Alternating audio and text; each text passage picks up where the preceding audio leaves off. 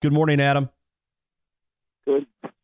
I wanted to say good morning, Gary, but I guess it depends on where you're at right now. Because if you're in Knoxville, it is not a very good morning, I think. Or Yeah, maybe it is. and we're going to dive headfirst into that, obviously, because this thing is, even in this social media age that we live in, this has topped anything I've ever seen. But a quick thought on your game tomorrow night, because obviously Alabama fans are pulling for Fresno State, because say what you want, but if Fresno State, a team that Alabama handled here in Tuscaloosa, wins the Mountain West Conference and stays in the top 25, that's some brownie points for Alabama in its quest to make it into the college football playoffs. So Tide fans, I think, will be paying attention to that game. Yeah, no doubt about it, Gary, and we'll certainly address them at some point because I do think that this will go a long way in helping their resume. I'll say this. Fresno State, Boise State, it's a weird game because they're playing each other for the second consecutive week. It's only the second time that's happened since 1935 when classifications began in college football at the NCAA level. So I want to say it was 2012, UCLA and Stanford ended up playing each other back-to-back weeks in a regular season finale and then a conference championship game. We have the same situation here. So it's an interesting dynamic, if nothing else, to see how this goes because they just played each other a week ago. They played a good game, no turnovers on either side. Boise State opened up its playbook a little bit. So it's an interesting game for sure. But, hey, a lot of credit to Jeff Tedford and Brian Harsin, the two head coaches of these programs. Brian goes out, starts 2-2, has a terrible loss at home against Virginia, the worst home loss in 16 years, and then ends up rattling off 7 of the last 8 games that they end up playing, and they end up 9-3. Really impressive stuff. Meanwhile, Fresno State, Jeff Tedford, should be a finalist as far as I'm concerned for National Coach of the Year with the turnaround he's had. This is a team that won one game last year. They went 1-11. Remember, they scheduled Alabama. I think it was right after they had won 3 straight Mountain West titles. So Alabama was thinking, all right, we're going to get a really good program. Then Fresno comes in off a 1-win season.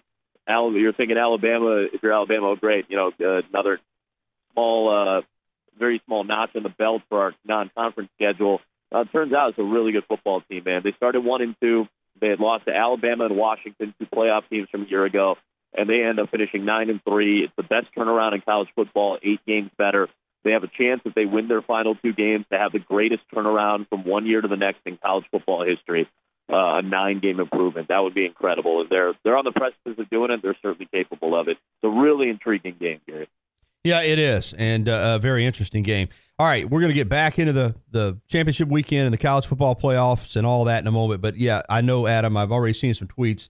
Everybody's ready for you to dive into this Tennessee situation. I mean, I don't know where to start, but let's start with the breaking news being reported by Chris Lowe from ESPN and others that John Currie is out. I'll be honest with you. I knew this was going to happen. You did, too. I mean, as soon as the Greg Schiano situation went the way it did, his legs had been cut out from under him. He was done at that point. I'm surprised they're doing it before they get a coach in place, but that's the latest. John Currie is out as AD, so now they'll go on a search, and they don't even have an athletic director. So, I mean, it just gets weirder by the moment. Yeah, Brett McMurphy's reporting that sources have told him that Philip Fulmer is basically sabotaging the process because he wants to be Tennessee's new athletic director. There are reports about Jimmy Haslam, who is a former player and obviously a very, very wealthy man and a heavy booster when it comes to Tennessee football, who's had significant influence on the board of directors and the chancellor over many, many years now at this point. So certainly his money speaks volumes about who the next head coach could be. So the meddling that we see in college football, this is pro football, man. This is an ownership group essentially that is dictating to the general manager, in this case, whoever the athletic director is, who the new coach is basically going to be or where they need to look or what they're going to do in this process. Otherwise, you can stop cashing our checks. And that's what it's become. This is basically pro football, except it's being run at a very amateur level in Knoxville right now. This is brutal to watch. One of the proud programs in college football, to see them stoop to this level, end up with back alley dealings and back channels to try to undermine and cut the legs out from underneath the current athletic director for eventually what seemingly was going to be a decent hire. However you feel about the Greg Schiano situation, as a coach, it's not a bad hire. Absolutely. Former That's NFL a good coach. He's a former NFL coach. He's a guy who turned around a Rutgers program that was nothing for a good chunk of time before he got there. And he's running a very good defense at Ohio State, a team that, I don't think will necessarily make it, but is in position to make the playoffs. So what more do you really want? That would have been a great hire. Then you hear this cavalcade and convoy of different coaches going through this revolving door for interviews, and nobody wants the job because of the toxicity that has permeated this position all of a sudden. And then you get reports that, hey, Mike Leach is interested, another quality coach who's turned around a bad program at Washington State. And, whether he's a good fit, I don't personally think he is in Knoxville because, his quirks and his kind of personality, I don't think would really fit down to the SEC, but that's just me personally from an outside perspective looking in. So there's no guarantee about that. There's a good coach who's getting an interview. John Currie wants to hire him, and now he's getting his legs cut out from underneath him, and this has just turned into an absolute dumpster fire, a complete mess in Knoxville, Tennessee. And I don't understand what they're doing, and I don't know how you get out from underneath this thing because whoever you end up with is going to have the smell and the stink of this entire process on them going into 2018 season. Well said. Absolute embarrassment. Again, let's recap. Schiano, the mob got to Curry. He was out. Mike Gundy or David Cutcliffe, thanks but no thanks. I'm good. Mike Gundy turns it down. Then they turn to who was next on the list, Adam? After? Oh well, you can rattle off 5 or 6 names between Cutcliffe and Jim Bob Cooter and Mike Gundy and Dave Doran and talked about whether or not Kevin Sumlin was going to come in, and then Mike Leach coming in, and between the names that they threw out there, and it all started, Gary. We were talking about this a couple of weeks ago. The old fun Jon Gruden rumors are fun, to talk about, but they set very strange. Oh, that's where it went off the tracks right there. You're right, because there were people with clout in not just in the media, but in Knoxville saying it was going to happen. Exactly, and you set this very strange expectation for what this program deserves or what this program is entitled to in terms of the level of head coach. And by the way, having evaluated it for a while, he's a colleague of mine, and I think he's fantastic on television. And I don't doubt that he'd be a great coach if he really wanted to get back into it. But why is Jon Gruden this hot name in coaching? The guy hasn't coached in over a decade at a program or a franchise. He hasn't coached in college since the early 90s. I don't understand why he's suddenly the barometer for what you think a great college coach is going to be when he hasn't really done it in a long time. And I understand he's got connections everywhere, and he'd be a great recruiter. I want my kid to go play for Jon Gruden, absolutely. But that doesn't mean all of a sudden that he's going to acclimate himself to a big-time collegiate program and all of a sudden get him to a national championship. That's not how this works. It's not the coaches anymore. The structure of this system is not set up for 1 year to 1 year success in terms of playoff ability. It's just not. You need to have a level of sustained success over the course of 2 or 3 at least years to be considered a high-caliber playoff team. Think about the programs that we've seen in the playoffs so far. Wisconsin is sitting at number 4. That's a high-level, consistent, double-digit win program constantly. Auburn, what a turnaround that they've had, but they've been a really good program at times over the last decade. They went to a national championship game a few years back. This isn't a surprise to see these programs and see these teams right in the hunt for the playoffs. These are high-level programs. Tennessee hasn't been a high-level program since Philip Fulmer was the head coach. So I just don't understand why this expectation level gets set, and then the mob runs with this idea, and now you have a very, very inflated idea of self-worth in terms of the level of coach that you deserve to have at a program. And by the way, you want to talk about the old inmates running the prison type of situation. That's what this feels no like doubt. Right now in Knoxville, Tennessee. Yeah, I want to ask you more about that because right or wrong, you've got these internet bullies, these guys like Clay Travis who are almost like characters out of a comic book. I mean, they create this persona on internet and then they rally their troops behind them. And but it was effective. There's just no doubt about it. And that, now why Tennessee and John Currie didn't do a better job of keeping that thing under wraps, I don't know. But you're right. I mean, the mob made their voices heard, and they got what they wanted, which was Greg Schiano not coming to Knoxville, and that's what started all this. Had Greg Schiano been introduced and that been under wraps, and he was the head football coach, we might not be having this conversation, but your thoughts now on social media and what it allows. I've always said, since I'm becoming more familiar with it, it gives people who would never have a voice an opportunity to have their voice and voices heard. And boy, are they ever doing that in Tennessee right now. Yeah, and isn't it something that you're trying to juxtapose and you're trying to justify basically while you're looking at this? Hey, it's great. Look, John Q. Fan has got a voice in some capacity. He has a voice. He has a voice in this discussion, which means a lot to them. But sometimes John Q. Fan is not qualified. Absolutely. To deal with, they're not qualified, not necessarily to have an opinion. Everybody has their right to an opinion. And they're willing to express it. They're free to do so, especially in the medium that is provided to them in Twitter or whatever it may be. But some people aren't qualified not to have the opinion, but to have an opinion based on the facts and figures and nuances and permutations that are involved in a multi-million-dollar escapade that is SEC college football right now.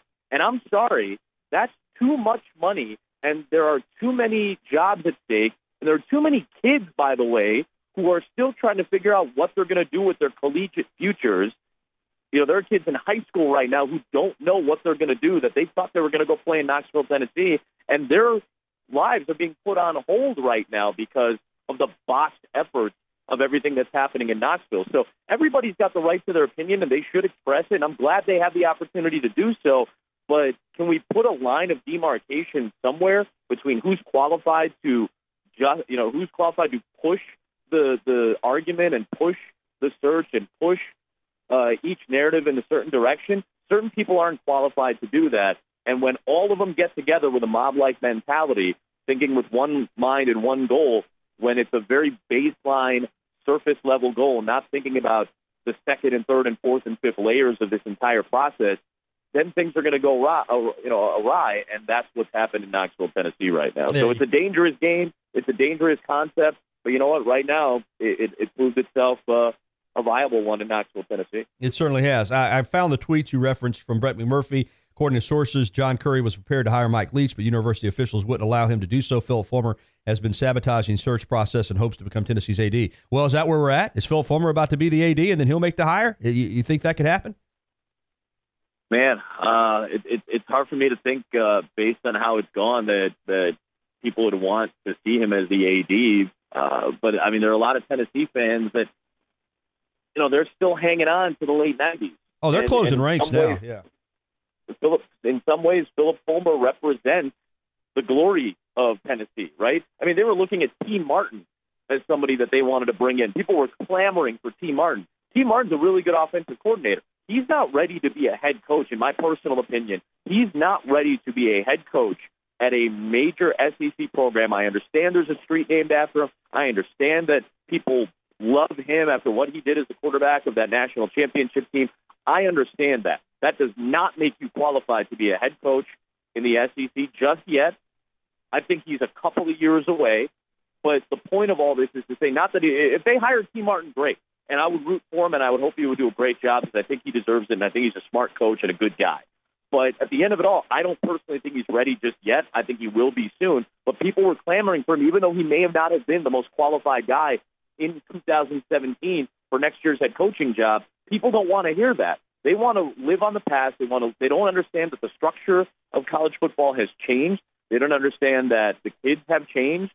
And until you understand those things, you're not going to have success at this level. And, it only makes me appreciate guys like Nick Saban that much more. It only makes me appreciate somebody like a Paul Chryst that much more. It only makes me appreciate somebody like a Kirby Smart, who's really worked himself into a great position in Georgia. It only makes me appreciate somebody like a Lincoln Riley, who was able to make a smooth transition. Look at what Joe Castiglione has done at Oklahoma, running that athletic department, and how smooth the transition was from a legend in Bob Stoops, who won a national title, to a young guy who most people didn't really know about 3 years ago. That's the type of transition that you need to have. It's a modern-day transition. It's understanding of what the kids' needs are. It's understanding of what people get excited for today.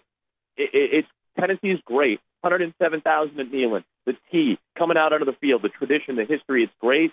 if you don't understand how it rests in a modern era of college football and what the necessities and needs are of not only your fans, but of your student athletes and of the coaching staffs that are now permeating these big-time jobs, you're not going to have success. And Tennessee, for whatever reason, has shown itself that over the last 20 years, it does not have an understanding of what modern-day college football is supposed to be like. Well said. And I think another thing that fans get fooled by is when they saw the numbers being presented to Mike Gundy, they're like, well, my gosh, $6 million a year, $7 million a year, we can pay. But if you're talking about an established head coach, even Dave Dorn, who's making I think $2.2 million, that's not chump change. And yeah, it sounds good, but if you're in a situation that you're happy and you're already making good money, I always like to say, I mean, you can only spend so many millions. Guys that are in good situations that have good jobs where they're comfortable are looking at this Tennessee thing and just saying, no way, man, no way am I diving into that. There's no reason to. And listen, you can criticize Jimbo Fisher for wanting to jump ship and what looks like it's a money grab going to Texas A&M. I think there are more internal issues beyond that. I do think that Jimbo Fisher is certainly going to benefit going to Texas A&M in terms of the money, and it'll probably be better and it's a fresh start. But I think that's the more pressing matter right now. It's a fresher start. He's having some troubles, I think, based on the things that I've heard. I can't confirm anything like that. It's more of a gut feeling. So this is me talking here more than anything else. It's just I understand that there's some internal struggle between Jimbo Fisher and the athletic department. So I can understand wanting to jump ship, start somewhere fresh where you're going to happen to make more money and probably have a certain level of success in the recruiting department. There's a reasoning behind that. When it comes to this particular job, Tennessee, it's a toxic position to be in, and they're in the position of not having anybody in there in two major positions, whether it's the AD or the head coach, assuming that these stories about John Curry being fired are true. So, I mean, there are certain situations I understand when the spot's going to be better, the scenario is going to be better, the change of scenery is going to benefit you as a coach, as a person, as a teacher, as a mentor, as a leader. But I don't see that with Tennessee. I just see the toxicity that is kind of pouring through the level of this job right now, and this is bad. This is bad for football, by the way, because Tennessee is still a rich program. It's a historic program that has great pride and tradition. It's a great conference in the SEC, and they're just a dumpster fire right now, and this is bad for college football. I don't think it's a good thing to be a part of. When do you think that Tennessee gets I know they're going to eventually get a coach. It's going to happen. Somebody's going to take the job. When do you think somebody's got to take the job? Yeah. When do you think they'll get a coach? When do you think this thing settles down just a little bit? I'd like to think that within the next week that they would have all this figured out, but that's a rush. You're going to have candidates. You're going to have plenty of qualified candidates. There's a lot of turnover this year in college football on the coaching side. But here's the thing too. Nobody's going to be not everybody's going to be happy with whatever Tennessee decides to do, because somebody's going to complain about the AD. Somebody's going to complain about the coaching hire. That's common. That happens everywhere.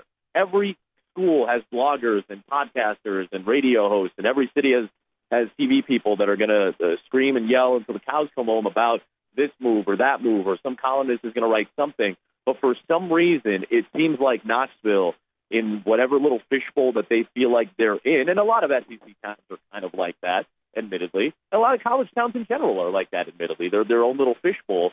But for whatever reason, Knoxville seems to have this air of superiority about them, and everybody believes that their voices should be the loudest and the most well-defined and the one that's sought after and the one that's followed. And when you have certain people that aren't qualified to push the agenda a little bit, and they do it in a mob setting, with a lot of people, you make the assumption that the mob has to be right. If there's so many people that they have to be right, if there are this many people against it. It's not necessarily the case when not everybody that's screaming is qualified to scream. Yep. Boy, I tell you, you're on a roll. Real quickly, Ole Miss, and I know you haven't had a chance to see it. It's breaking their penalties, losing a lot of scholarships. 2-year bowl ban, 17 will count toward that. You got to feel good for their fans in the Egg Bowl. They got a little moment of joy there, and I understand the Matt Luke hire a little more now with this coming on, but yep. I mean, this is going to be hard for them to crawl out from under for a while, it looks like. Yeah, I think so. I think it's the right move to go with Matt Luke. I expected Matt Luke to be maintained as a coach because of the sanctions that I figured were coming down.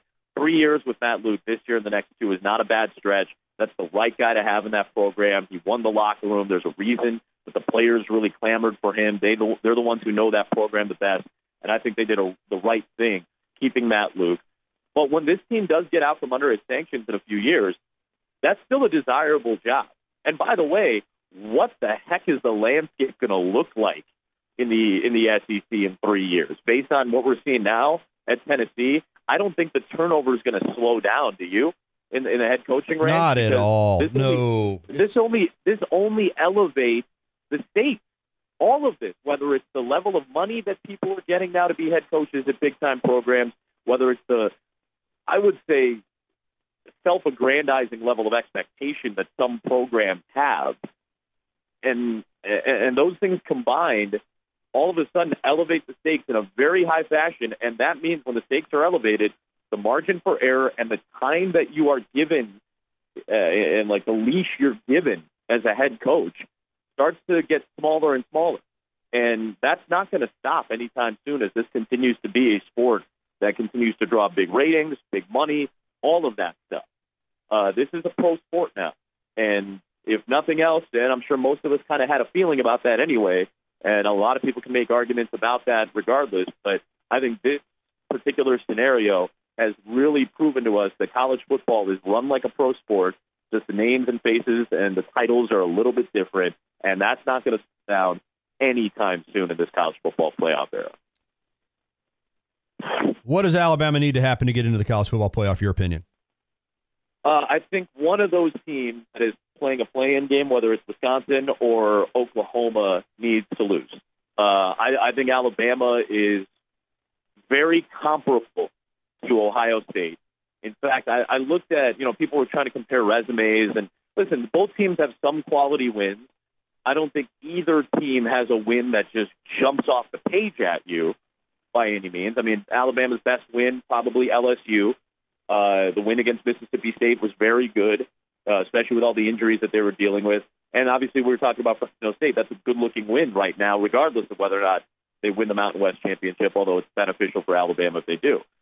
Ohio State doesn't have a win that really jumps off the page at you, except for maybe the Penn State game where they got dominated for a good stretch. So if we're just looking at opponents' records, both teams have opponent win percentages right around 56, 57%, relatively comparable. So to me, it comes down to who looks better.